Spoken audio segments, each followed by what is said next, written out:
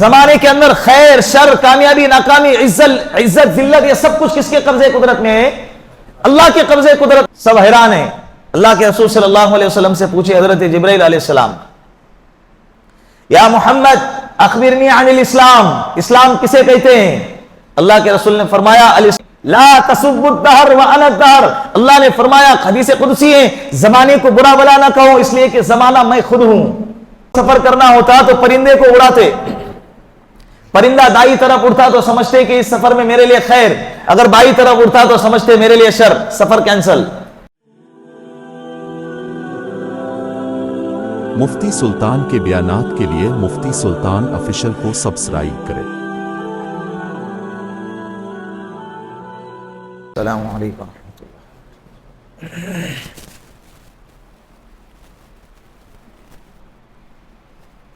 ورحمۃ اللہ. الحمد للہ نحمده ونستعینه ونستغفره ونؤمن به ونتوکل علیہ ونعوذ باللہ من شرور انفسنا ومن سیئات اعمالنا من يهده الله فلا مضل له ومن يضلله فلا هادي له ونشهد ان لا اله الا الله وحده لا شريك له ونشهد ان سيدنا وسندنا وحبيبنا ومولانا محمدا عبده ورسوله. أما بعد فقد قال الله تبارك وتعالى في القرآن المجيد والفرقان الحميد. فأعوذ بالله من الشيطان الرجيم. بسم الله الرحمن الرحيم. ما يفتح الله للناس من رحمة فلا ممسك لها وما يمسك فلا مرسل له وهو العزيز الحكيم. وجاء في الحديث وقال النبي صلى الله عليه وسلم لا عدوى ولا هامة ولا نوء ولا سفر أو كما قال عليه الصلاة والسلام. صدق الله المولان العظيم وصدق رسوله النبي الكريم ونحن على ذلك من الشاكرين والشاكرين والحمد لله رب العالمين. پیار محبت کے ساتھ ایک مرتبہ درود پاک پڑھ لیں. اللہم صلی علی محمد فی اول کلامنا، اللہم صلی علی محمد فی اوسط کلامنا، اللہم صلی علی محمد فی آخر کلامنا.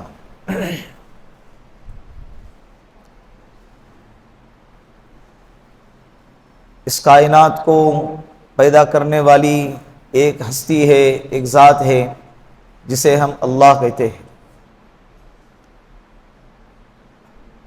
اللہ کے علاوہ اس کائنات میں جتنے بھی چیزیں ہیں سب کے سب مخلوق ہیں، خالق اللہ ہے.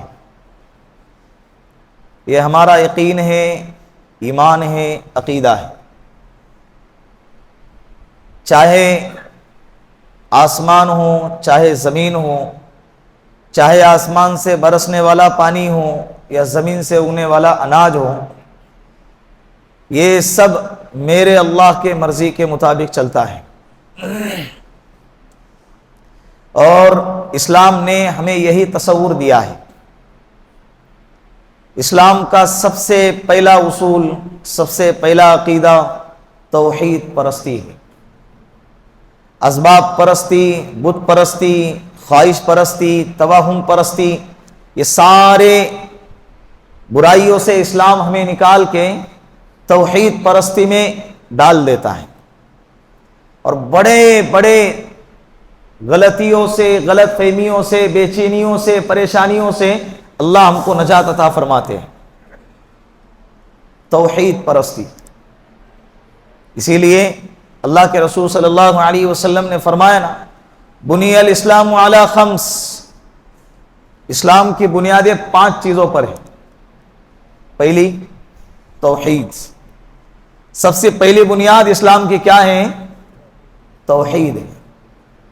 توحید کسے کہتے ہیں؟ توحید کہتے ہیں اللہ کے ساتھ نہ کسی کو ذات میں شریک ٹھہرانا، نہ کسی کو صفات میں شریک ٹھہرانا. اللہ اکیلے ہیں، وہ اپنے ذات میں بھی اکیلے ہیں، اپنے صفات میں بھی اکیلے، اس کے ساتھ کوئی شریک نہیں. اور اللہ نے اس میں کسی کو اپنا بھاگیدار نہیں بنایا. اسی لیے قرآن کریم میں اللہ رب العزت نے 5ویں پارے میں صاف طور پر اعلان کر دیا کہ ان اللہ لا یغفر ان یشرک بہ ویغفر ما دون ذلک لمن یشاء. تم جو چاہے گناہ لے کر آؤ, جو چاہے غلطیاں لے کر آؤ, میں چاہوں گا تو معاف کروں گا, چاہوں گا تو معاف نہیں کروں گا. لیکن اگر شرک والا گناہ لے کر آئیں گے میں تمہیں معاف بولو نہیں کروں. پسند ہی نہیں ہے, یا سوال ہی پیدا نہیں ہوتا.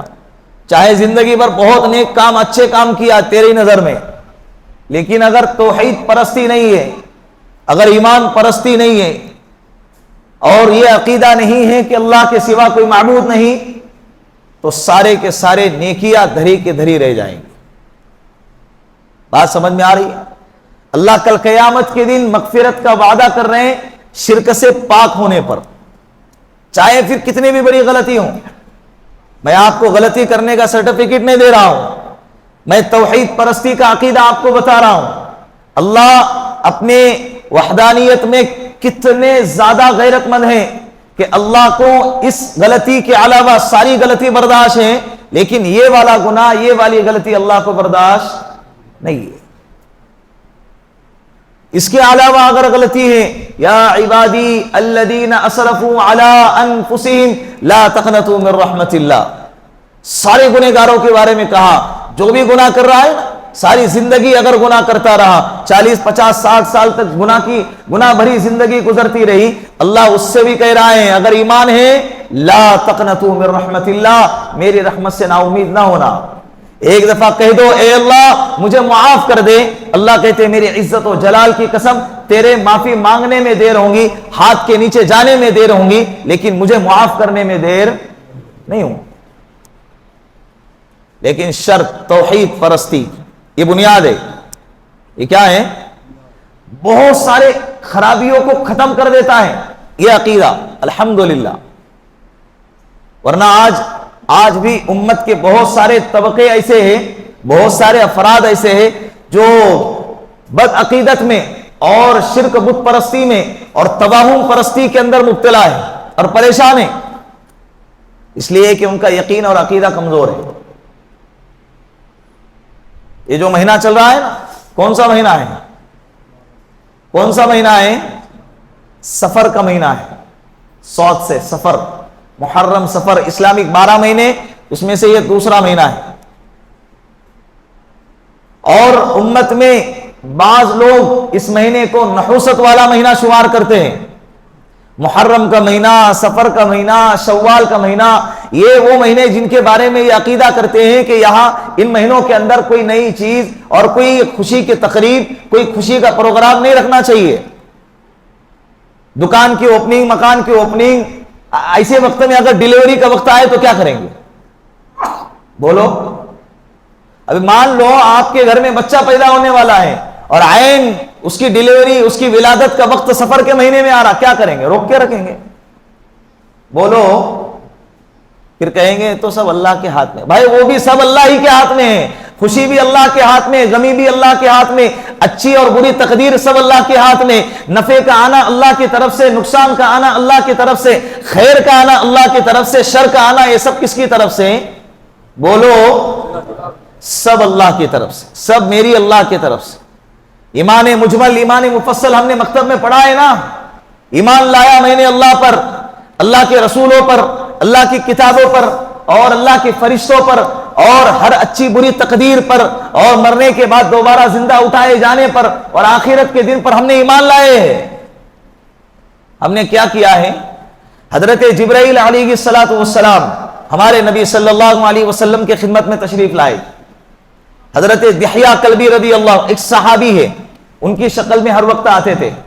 حضرت جبرائیل علیہ السلام جب انسانی شکل میں ہمارے نبی سے ملنے آتے تھے تو انسانی شکل اختیار کر کے آتے تھے, اور وہ انسانی شکل کس صحابی کی ہوتی تھی؟ حضرت دحیہ کلبی رضی اللہ.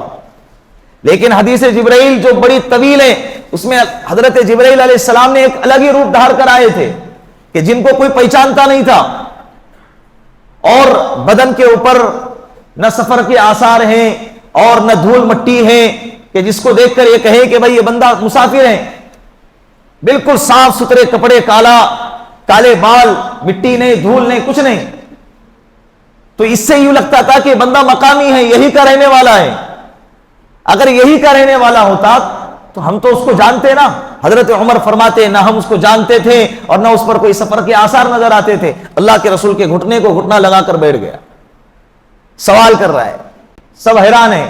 اللہ کے رسول صلی اللہ علیہ وسلم سے پوچھے حضرت جبرائیل علیہ السلام، یا محمد اخبرنی عن الاسلام، اسلام کسے کہتے ہیں؟ اللہ کے رسول نے فرمایا الاسلام ان تشہد ان لا الہ الا اللہ وان محمد رسول اللہ، تقیم الصلاة، تؤتی الزکاة، تصوم رمضان وتحج البیت ان استطعت الیہ سبیلا۔ تو اس بات کی گواہی دے کہ اللہ کے سوا کوئی معبود نہیں، محمد اللہ کے رسول ہیں، نماز قائم کرو، روزے رکھو، زکوٰۃ ادا کرو، اللہ نے استطاعت دی ہے تو اللہ کے لیے کیا کرو؟ حج کرو۔ قال صدقت، حضرت جبرائیل علیہ السلام سوال کر رہے اور آگے جواب ملنے کے بعد کیا کہہ رہے؟ آپ نے بالکل سچ فرمایا۔ صحابہ کہہ رہے ہم حیران، سوال کرنے والا سوال سے سمجھ میں آتا ہے کہ اسے کچھ معلوم نہیں، اور جواب ملنے کے بعد جب یہ کہتا ہے کہ آپ نے سچ کہا تو اس کے اس جملے سے معلوم پڑتا ہے کہ اس کو اس سوال کا جواب پہلے سے معلوم تھا۔ ہم حیران ہو گئے۔ فعجبنا لهم يسألهم ويصدقوا، ہم تعجب میں پڑ گئے، سوال بھی کر رہا ہے اور تصدیق بھی کر رہا ہے۔ اللہ کے رسول صلی اللہ علیہ وسلم کے جواب پر حضرت جبرائیل علیہ السلام نے دوسرا سوال کیا، یا محمد اخبرنی عن الایمان، ایمان کسے کہتے ہیں؟ اللہ کے رسول نے فرمایا الایمان ان تؤمن باللہ وملائکتہ وکتبہ ورسلہ والیوم الآخر والقدر خیر وشر من اللہ تبارک وتعالی والبعث بعد الموت۔ تو ایمان لائے اس بات پر کہ اللہ کے رسول، اللہ کے فرشتے، اللہ کی کتابیں اور آخرت کے دن اور مرنے کے بعد دوبارہ زندہ اٹھائے جانے، اور ہر اچھی بری تقدیر یہ کس کی طرف سے؟ اللہ کی طرف سے۔ تو اس سب پر ایمان لائے، یہ ایمان کا حصہ ہے۔ گناہ کبیرہ صغیرہ کا مسئلہ نہیں، یہ کس کا مسئلہ ہے؟ عقیدے کا مسئلہ ہے۔ بعض لوگ بدشگونی لیتے، حالانکہ بالکل غلط ہے۔ اسلام میں آنے کے بعد زمانے جاہلیت کا عقیدہ رکھنا یہ بالکل شرکیہ عمل ہے، بالکل بد ایمانی والا عمل ہے۔ پھر ہمارے نبی کا دنیا میں آنے کا مطلب کیا رہا؟ یہ ساری چیزوں کو کاٹنے کے لیے تو ہمارے نبی صلی اللہ علیہ وسلم دنیا میں تشریف لائے تھے۔ زمانے جاہلیت میں ہوتا تھا کہ اگر کسی کو سفر کرنا ہوتا تو پرندے کو اڑاتے، پرندہ دائیں طرف اڑتا تو سمجھتے کہ اس سفر میں میرے لیے خیر، اگر بائیں طرف اڑتا تو سمجھتے میرے لیے شر، سفر کینسل۔ سفر کیا ہے؟ کینسل۔ یہ عقیدہ رکھ رہے۔ شوال کے مہینے میں ایک بیماری آئی تھی عرب میں، ہزاروں کی تعداد میں لوگ ہلاک ہو گئے تھے اس بیماری کے نتیجے میں، طاعون جسے کہتے ہیں۔ تو انہوں نے یہ عقیدہ گھڑ لیا کہ شوال کا مہینہ نحوست والا مہینہ ہے۔ اگر یہ عقیدے کو سامنے رکھے تو پھر کرونا کے وقت میں پورا سال بیماری تھی، محرم سے لے کر ذی الحجہ تک پورے 12 مہینے بیماری تھی۔ تب کیا کریں گے؟ کون سے مہینے میں جا کے جیئیں گے؟ کون سے سال میں جا کے جیئیں گے؟ کون سے زمانے میں جا کے جیئیں گے؟ اسلام نے یہ سارے عقیدوں کو کاٹ دیا، سب کو کیا کر دیا؟ بیماری اللہ کی طرف سے، صحت اللہ کی طرف سے، خیر اللہ کی طرف سے، شر اللہ کی طرف سے، کامیابی اللہ کی طرف سے، ناکامیابی اللہ کی طرف سے، عزت اللہ کی طرف سے، ذلت بھی اللہ کی طرف سے ہے۔ یہ عقیدہ رکھنا یہ ہمارے لیے ضروری ہے، یہ عقیدہ رکھنا یہ ہمارے لیے ضروری ہے۔ اگر اس عقیدے میں کوئی گڑبڑی آئی تو ہمارے ایمان کا خطرہ ہے، ہمارے ایمان کا مسئلہ ہے۔ بہت سارے لوگ ان مہینوں کے اندر نکاح طے نہیں کرتے، اس نیت سے نہیں کرو تمہارا مسئلہ ہے۔ یہ بولو کہ بھائی ہمیں رمضان میں نکاح کرنا ہے، یہ کہو کہ ہمیں شعبان میں نکاح کرنا ہے، یہ ٹھیک ہے، لیکن اگر خاص طور پر یہ نشان لگا کر اگر نکاح کو کینسل کر دیا گیا کہ سفر کے مہینے میں اگر نکاح ہوگا تو میرے بچی کا نکاح سکسیس نہیں ہوگا، میرے بچی کے نکاح میں برکتیں نہیں آئیں گی، میرے بچی کا نکاح کامیاب نہیں ہوگا، یہ عقیدہ رکھنا بالکل غلط ہے۔ کیا ہے؟ بولو، اسباب کی دنیا کو کاٹ دیتا ہے اسلام۔ اسی لیے تو دعوت و تبلیغ کے کام میں آپ نے سنا ہوگا کہ سب سے پہلا یہی جملہ ہوتا ہے، لا الہ الا اللہ سے یہ چاہا جاتا ہے کہ کرنے دھرنے والی ذات صرف اللہ کی ہے، اللہ کے علاوہ کسی سے کچھ ہوتا نہیں۔ یہی بنیادی عقیدہ ہے۔ اللہ کے علاوہ کسی سے کچھ نہیں ہوتا، چاہے وہ کسی سے وہ کوئی بھی ہو، چاہے وہ کسی سے بولو کوئی بھی ہو، اللہ کے علاوہ کسی سے کچھ نہیں ہوتا، چاہے اس کا مقام و مرتبہ کتنا بھی اونچا کیوں نہ ہو۔ میں کھل کے بات نہیں کر رہا ہوں، میرے الفاظ دبے ہیں تاکہ میں آپ کو زیادہ تکلیف میں ڈالنا نہیں چاہتا، آپ سمجھ جائیں اللہ کے علاوہ کسی سے کچھ نہیں ہوتا۔ یہ عقیدہ رکھنا زندگی کے آخری سانس تک ضروری ہے۔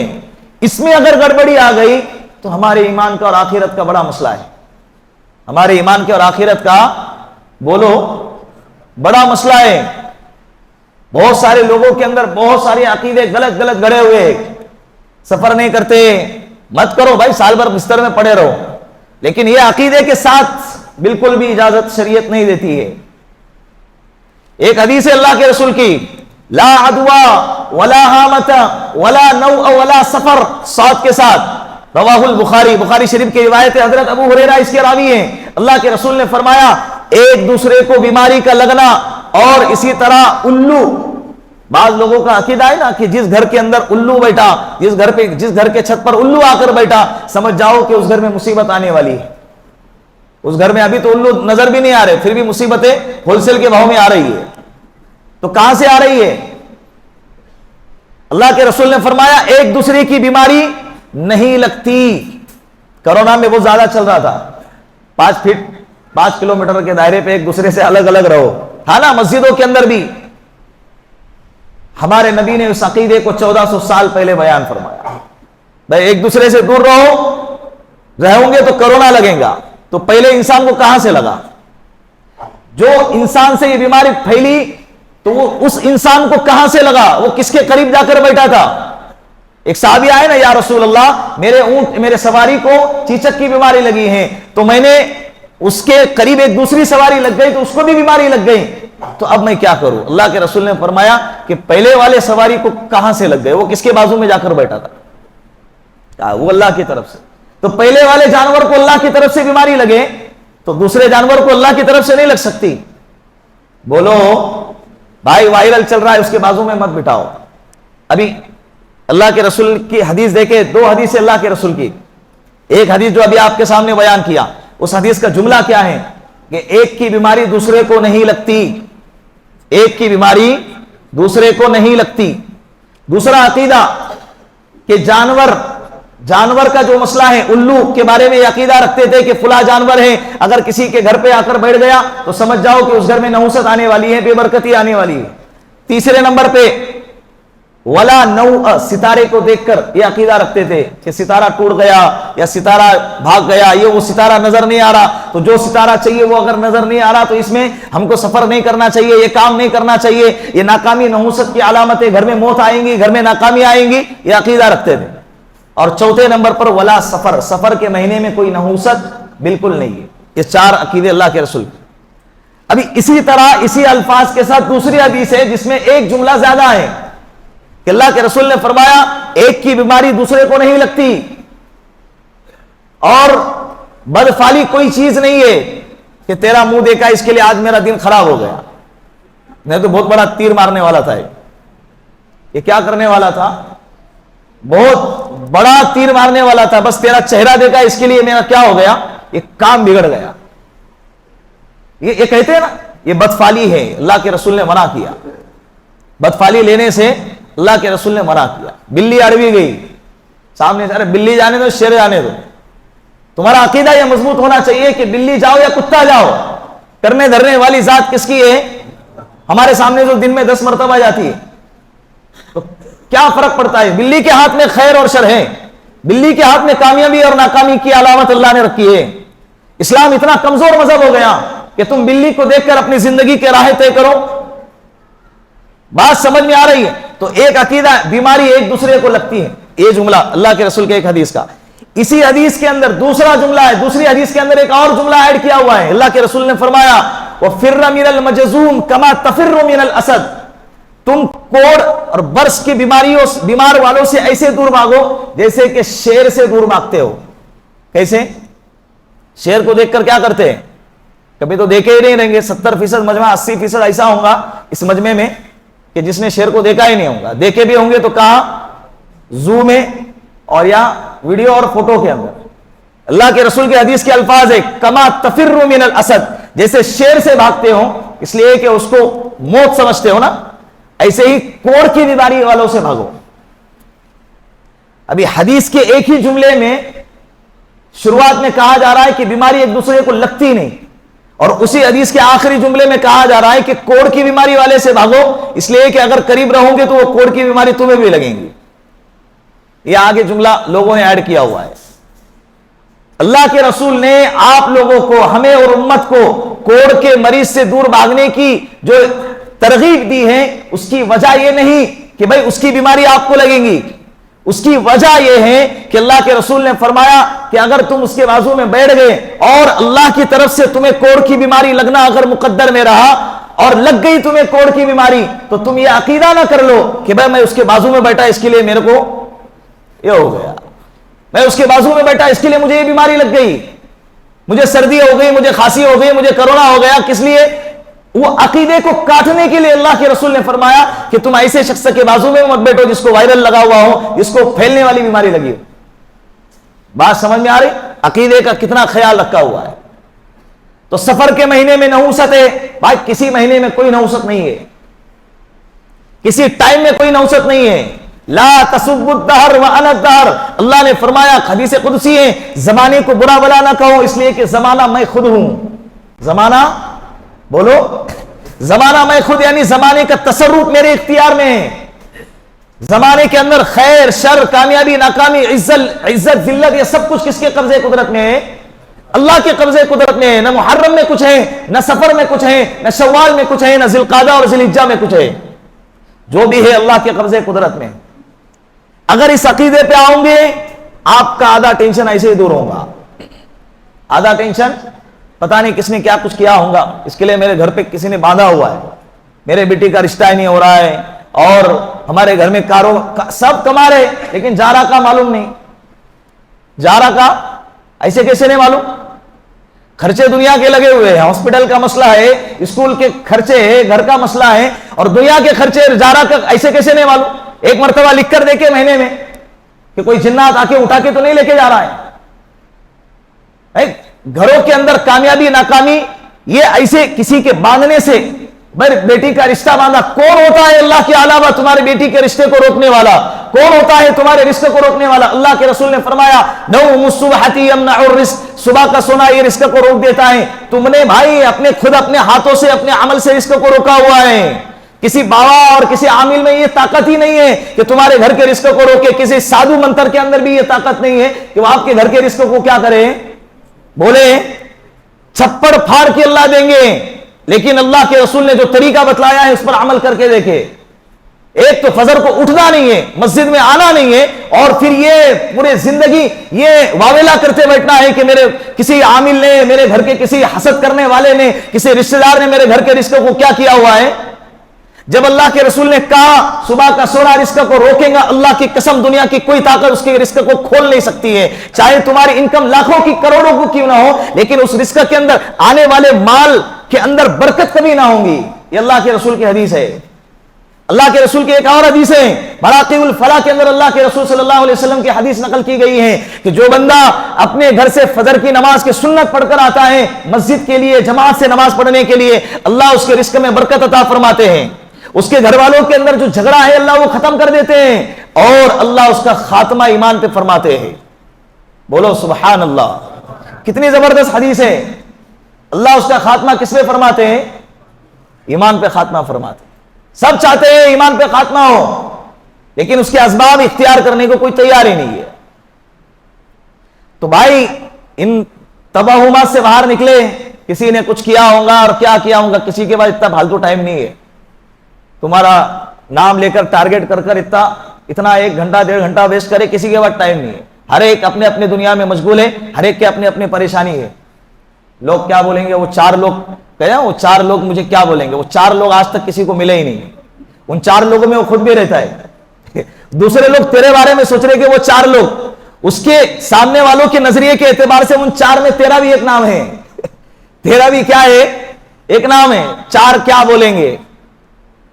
لا طاعت لمخلوق فی معصیت الخالق۔ اللہ کے رسول نے فرمایا مخلوق کی اطاعت میں خالق کی نافرمانی جائز نہیں ہے. لوگ کیا بولیں گے؟ لوگوں کے دنیا کے اپنے مسئلے. تیرے پہ 1 لاکھ کا قرضہ ہے تو اس پہ 1 کروڑ کا قرضہ ہے بھائی. راتوں میں جاگ جاگ کے آ رہا ہے اور اس کی آنکھیں دیکھ, اس کے چکر میں تو کیا کر رہا ہے؟ آخرت تباہ کر رہا ہے, اپنے جینے کے طریقے کو بدل رہا ہے. بالکل بھی غلط ہے. یہ ان توہمات سے باہر نکلیں, پریکٹیکل زندگی جینے کی کوشش کریں. اسلام یہ فطرت پر بنایا گیا مذہب ہے, انسان کے فطرت پر بنایا گیا مذہب ہے. اگر تم فطرت سے ہٹو گے تکلیف تمہیں ہوں گی. تکلیف کیا ہوں گی؟ کام دھندا کرنا نہیں ہے, فجر کی نماز کو آنا نہیں ہے, اور جو اللہ کے رسول نے بتلائی باتیں وہ کرنا نہیں ہے. اور تم کیا چاہتے ہو؟ بننا وسلوہ اترے جو بنی اسرائیل پہ اترا تھا. اللہ اتار سکتے ہیں, ہمیں بھی, ہمارے لیے بھی اللہ اتار سکتے ہیں, لیکن اللہ کے رسول صلی اللہ علیہ وسلم نے ہمیں پریکٹیکل زندگی دے کر گئے. یہ کرو. ایک صحابی آئے, یا رسول اللہ مجھے یہ چیزوں کی ضرورت ہے. اللہ کے رسول نے فرمایا تیرے گھر میں کیا ہے؟ کہا کہ فلا چادر ہے, اس کے علاوہ کچھ نہیں. لاؤ, بیچا, نیلامی. اللہ کے رسول نے بولی لگوائی, کون ہے اس کو خریدنے والا؟ ایک نے کہا میں خریدوں گا 1 درہم. اور ہے کوئی اس سے زیادہ خریدنے والا؟ ایک نے کہا 2 درہم میں خریدتا ہوں, لے لو. 2 درہم سے کہا کہ کلاڑی کا جو دستہ ہوتا ہے لے کر آؤ. دستہ لایا گیا, لکڑی منگائی, لکڑی کو اپنے ہاتھوں سے دستے میں ڈالا, وہ کلاڑی کا سامنے کا لوہا ہوتا ہے اس کو اپنے ہاتھوں سے ڈالا اور ان کے ہاتھ میں پکڑایا اور کہا کہ الید العلیٰ خیر من الید السفلیٰ, دینے والا ہاتھ لینے والے ہاتھ سے بہتر ہے. جاؤ جنگل میں جا کر لکڑیاں کاٹو, بازار میں بیچو, جو آئیں گا اس سے اپنے گھر والوں کا خرچہ پورا کرو. کیا کہتے ہو؟ تسبیح پڑھو 100 مرتبہ کھلا اور 100 مرتبہ, یہ کہتے ہیں نا. یہ وظیفے جو کام کر رہے ہیں اس میں برکت کے لیے, کامیابی کے لیے ہیں. کام ہی کرنا نہیں ہے صرف برکت آ جائے.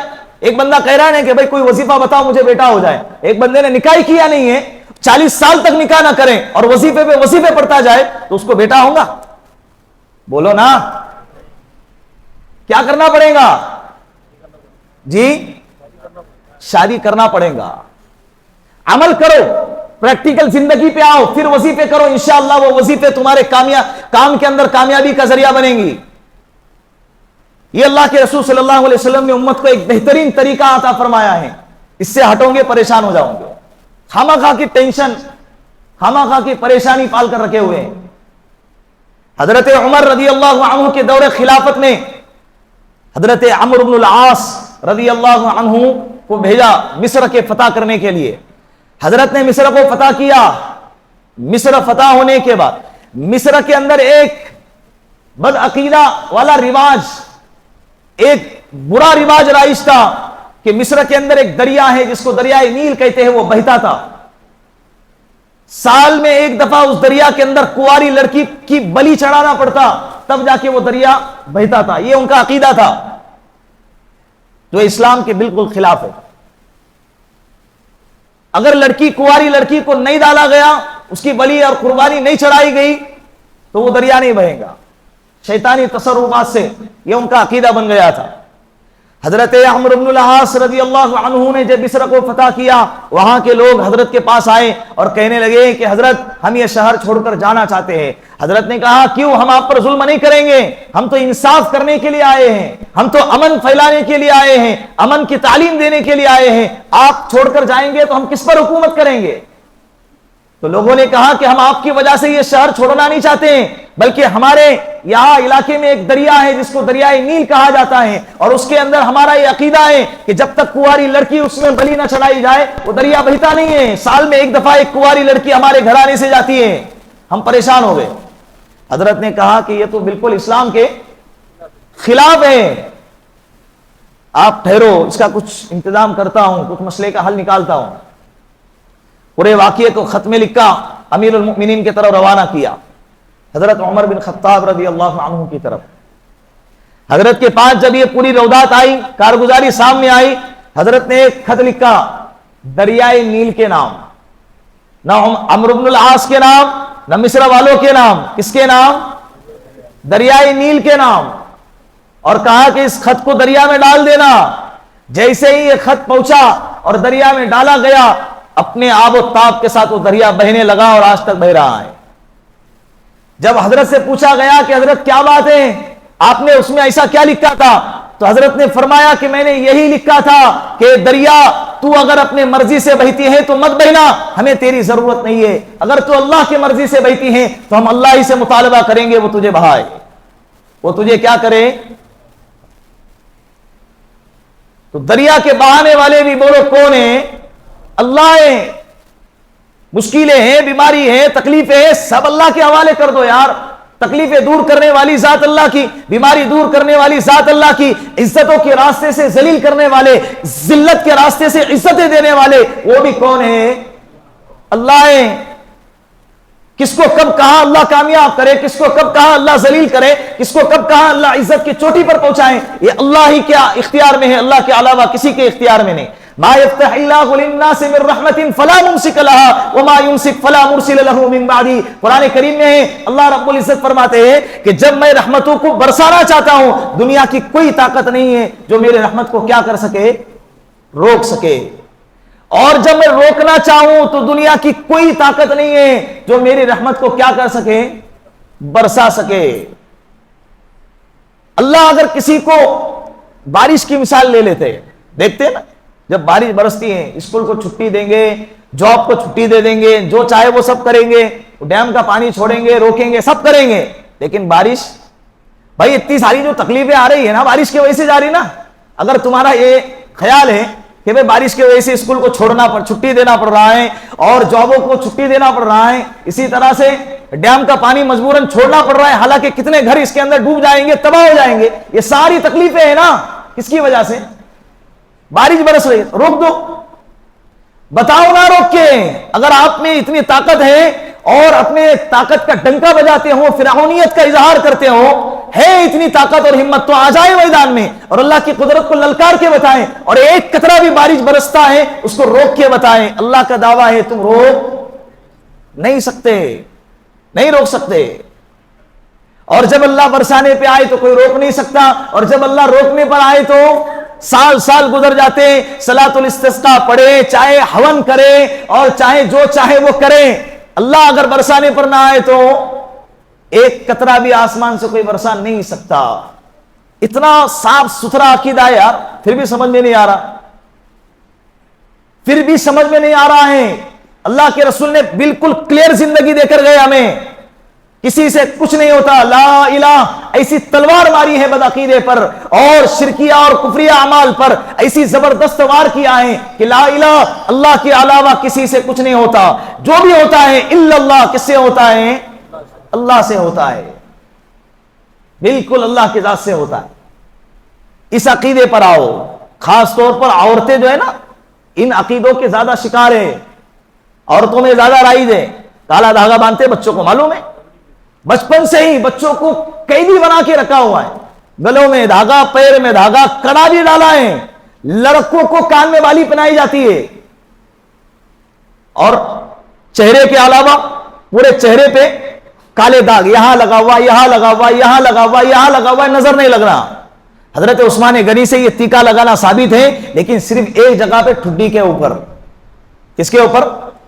اتنا بدنما بنا دیتے ہیں اس کو کہ کوئی چومنا چاہے تبھی وہ اس کو بیچارے کو چوم نہیں سکتا۔ کسی محفل میں اگر جائے تو سب کچھ اچھا ہے، کپڑے ہزاروں کی قیمت کے کپڑے پہنا ہے، لیکن چہرہ بدنما بنا دیا ہے تاکہ اس کو کسی کی کیا نہ لگے، نظر نہ لگے۔ ہاتھ پہ دھاگا پہنا ہے، دھاگا جب تک رہے گا کوئی بلا اس کے قریب نہ آئیں گی۔ دھاگے میں اتنی طاقت ہے، بولو بچہ کس عقیدے کے ساتھ پروان چڑھے گا؟ خدا نہ خواستہ اگر غلطی سے اس کا دھاگا ٹوٹ گیا، دھاگا ہے نا بھائی، وہ آبی حیات تھوڑی ہے کہ وہ ٹوٹے گا، نہیں ٹوٹے گا نا، غلطی سے کھیل کھیل میں اگر ٹوٹ گیا اور آگے چلتے چلتے اس کی سائیکل گر گئی یا ٹھوکر لگ گئی تو اس کا کیا عقیدہ بنے گا؟ میرا دھاگا ٹوٹ گیا اس کے لیے مجھے ٹھوکر لگ گئی، یہ عقیدہ دے رہے اپنے بچوں کو۔ ایک نوجوان آیا، کہنے لگا کہ میرا بیٹا، جب میں گھر پہ گیا مفتی صاحب بہت ٹینشن آیا مجھے، وہ کہنے لگا کہ جب گھر گیا تو میرے بیٹے کو دیکھا آپ کے اپنے ہاتھ کے لکیریں دیکھ رہا ہے۔ میں ایسے ہی ایک نیا عمل دیکھ کر پوچھا کہ بیٹا کیا کر رہا ہوں؟ ابا دیکھو نا یہ ہاتھ کی لکیر میری جو ٹیڑھی ہے تو کیا میں پاس نہیں ہوں گا کیا؟ کیا کہہ رہا ہے؟ یہ آج کل سوشل میڈیا پہ ویڈیو ایسے وائرل ہوتے ہیں اور لاکھوں میں ویوز ہیں ان کے، بتائے جاتے ہیں یہ بھائی جس کے ہاتھ کی لکیریں اوپر ہوں گی، ہاتھ کی لکیریں نیچے ہوں گی تو اس کی مقدر میں راشی بولتے ہو، اس کے مقدر میں یہ ہوگا اور اس کے مقدر میں وہ ہوگا. جس کے ہاتھ ہی نہیں ہے اس کا مقدر نہیں ہوتا ہے. بغیر ہاتھ والے لوگ دیکھے کہ نہیں دیکھے آپ نے؟ اولمپک کے اندر میڈل لے کر آ رہے ہیں انڈیا کو، ہاتھ نہیں ہے، پیر نہیں ہے، کامیابی کی چوٹیوں تک پہنچا جا رہا ہے. تو کیا ان کا مقدر نہیں ہے؟ مقدر تقدیر اگر لکیروں میں ہوتی تو جن کا ہاتھ نہیں اس کی تو کوئی تقدیر ہی نہ ہوتی. تو میں نے اس سے کہا کہ بھائی یہ غلطی بیٹے کی نہیں ہے، غلطی کس کی ہے؟ آپ کی ہے. آپ نے اسے ایمان مفصل صحیح طریقے سے پڑھایا نہیں. اس کو اگر یہ سمجھاتے بیٹا ہم ایمان لائے اللہ پر، اللہ کے رسولوں پر، اللہ کی کتابوں پر، آخرت کے دن پر، اور ہر اچھی بری تقدیر صرف اللہ کی طرف سے ہے، اس پر اور مرنے کے بعد دوبارہ اٹھائے جانے پر، تو اس کے دل میں یہ خیال کبھی آتا ہی نہیں. بتائیں، اپنے بچوں کو بتائیں، اپنے گھر والوں کو بتائیں. یہ سارے فالتو چیزوں سے باہر نکلے بھائی. کرنے کے لیے بہت کام ہے. ابھی دیکھیں نا ملک ہندوستان پر کیسے کیسے حالات آ رہے. ویسے تو عالم اسلام پر حالات آ رہے ہیں، لیکن خصوصی اعتبار سے فلسطین ہے، غزہ ہے، حماس جیسے علاقہ ہیں، اسی طرح ملک ہندوستان کے اندر بھی ہر ایک کے حالات اپنے اپنے ہیں، مختلف ہیں. ملک ہندوستان کے اندر بھی دھیرے دھیرے کرتے سکنجا کسا جا رہا ہے مسلمانوں کے. میدان تنگ کیا جا رہا ہے، میدان کو تنگ کرنے کی کوشش کر رہے. جانوں پر حملہ ہوتا تھا، مالوں پر بھی حملہ کیا جانے لگا. مسلمانوں کی دکانوں کو دیکھ کر ٹارگٹ کیا جانے لگا. اب یہ سازشیں چل رہی ہے، پارلیمنٹ میں یہ بل پاس کرنے کی کوشش کر رہے ہیں. وقف ترمیم بورڈ بل کے نام سے ایک بل لایا جا رہا ہے. انشاءاللہ اس پر گفتگو تفصیل سے آئندہ جمعہ کو کی جائیں گی کہ جو وقف شدہ چیزیں ہیں، مساجد ہے، مدارس ہے، خانقاہیں ہیں، اور جو اوقاف ہمارے اکابرین نے دینی شعبے کے لیے وقف کر کے جانوں کا مالوں کا نذرانہ پیش کر کے چلے گئے ہیں، آج دشمنان اسلام کی نظریں وہاں پر کیا ہو رہی ہیں؟ بدل رہی ہے. اگر یہ چیزیں بھی اگر ختم ہو جائیں تو پھر مسلمانوں کے پاس مضبوط طریقے سے اپنا تعارف کرانے کے لیے کوئی چیز باقی نہیں رہے گی. تو ہمیں کیا کرنا چاہیے ایسے وقت میں؟ علماء کرام نے، مسلم پرسنل لا بورڈ والوں نے، مفتی خالد سیف اللہ نے بہت اچھی طریقے سے امت مسلمہ کی رہنمائی فرمائی ہے. انشاءاللہ اگر زندگی باقی رہی تو آئندہ جمعہ کو اس پر تفصیل گفتگو ہوں گی. اللہ رب العزت آج کے محفل میں جتنی بھی باتیں بیان کی گئی ہیں ان باتوں پر ہم سب کو عمل کرنے کی اللہ توفیق عطا فرمائے. وآخر دعوانا ان الحمد للہ رب العالمین. جن حضرات نے سنتیں نہیں پڑھی